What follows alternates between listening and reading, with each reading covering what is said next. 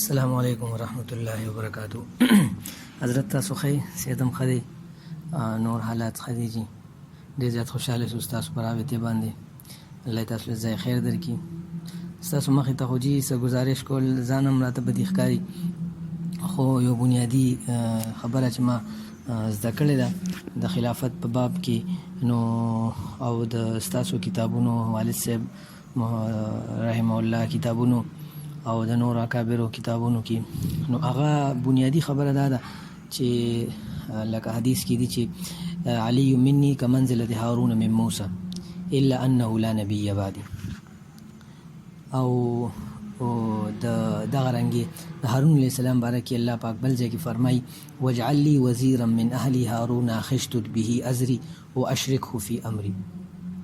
نو د دې حدیث او د دې آیات پرانا کې دا معلومه شوه چې هر نبی به امام وي، خو هر امام به نبی نه وي.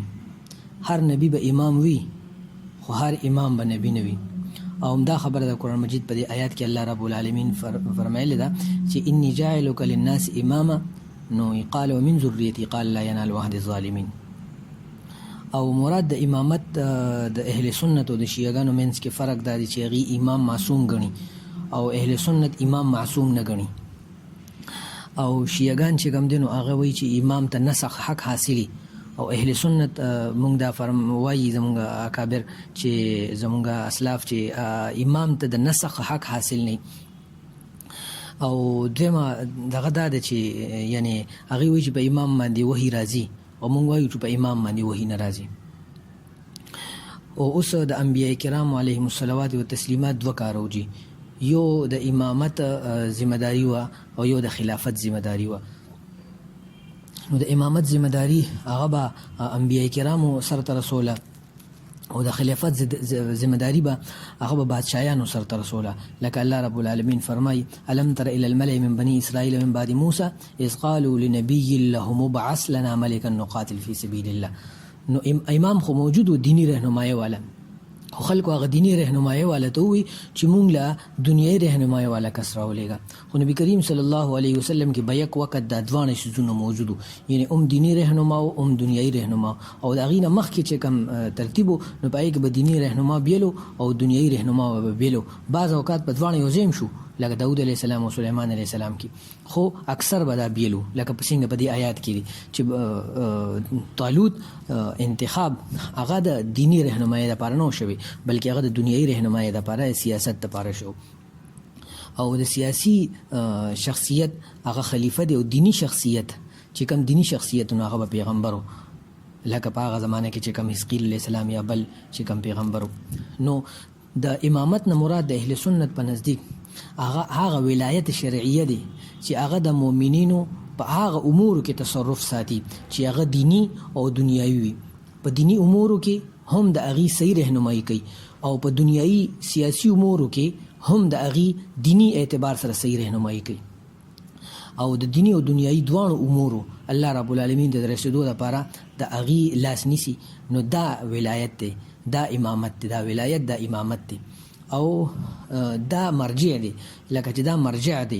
مرجع مطلب دا دی چې لکه څنګه انبیا د بني اسرائیل هغه مرجع د خلکو دپاره، نو داسې امام په دې زمانه کې هغه مرجع دی د خلکو دپاره. لکه نبی کریم صلی الله علیه وسلم دا ارشاد دی، بخاری شریف روایت دی، بخاری مسلم کې دی چې کانت بنو اسرائیل تسوسهم الانبیاء، یعنی د بني اسرائیلو سیاسی امور به هغه انبیا سره رسول. نو د تصرف د دینی او د دنیایي احوالو د تصرف مطلب دا دی چې دا به امام کوي. نو ولایت سیاسی شرعیه او مرجع دینی او دنیاویه وي، خو دا ولایت په د ملک په شانتي نه وي. دا ولایت په د ملک نه وي لکه څنګه چې نبی به بعض اوقاتو کې هغه به سیاسی امورو سره کار نه، نو دا به داسې لکه د الم تر الملأ حدیث قرآن مجید آیات د دې باندې دلیل دی. نو کو چېرې نبی دی ملک هم دی او دی چې کم دی نو نبیم دی او دی یعنی دی امام هم دی، نو بیا ضرورت سو. مطلب دا چې ضرورت شته د دې وجې ملک ته بیل ضرورت دی او نبی ته بیل ضرورت دی.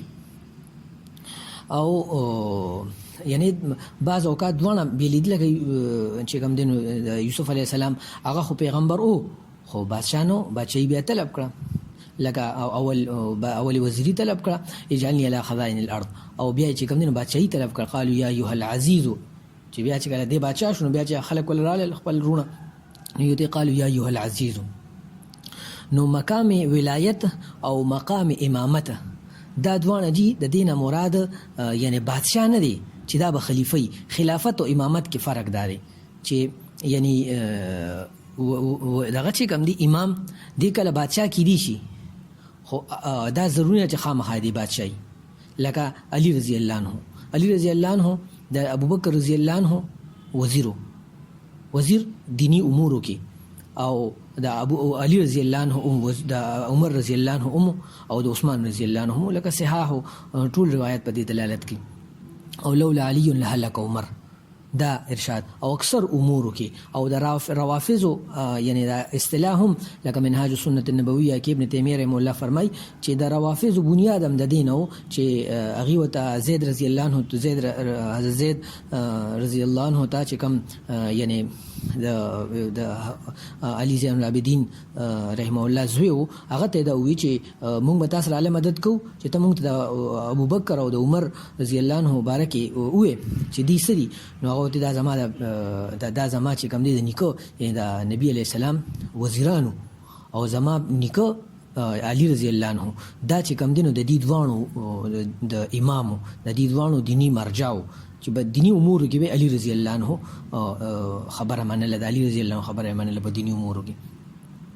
نو د دې وجه لکه مطلب دا دی چې نبی کریم صلی الله علیه وسلم چې کوم ابراهیم علیه السلام قال انی جاعلک للناس اماما، نو هغه کس چې یعنی د نبی کریم صلی الله علیه وسلم د ارشاد مطابق چې په هغه باندې د مهدی صفات پوره شي او هغه لپاره یعنی علما په متفق شي، صفات زمانیه صفات مکانیه په متفق شي، نو هغه امام دی. امام په معنا یعنی چې خلکو امامت پکې په دینی امورو کې، د خلکو امامت په دینی امورو کې کوي، دا نه چې هغه به کم دینو یعنی نسخ وکړي او دا شیزونه به کوي. زمونږ شیعاګانو منځ کې فرق دا دی چې شیعاګان دا وایي چې هغه امام د خلیفه نه لوی ګڼي، مونږ امام د خلیفه نه لوی نه ګڼو. مونږ امام چې کم دینو هغه د خلیفه یعنی د پاره دینی امور رهنما به تور هغه چې کم دینو ګڼو. نو چې کم هغه دغه دی یعنی کم چې مشروع دین مشروع کې د امام مطلب دا دی او همدا د اهل سنت د نظریه مطابق دی.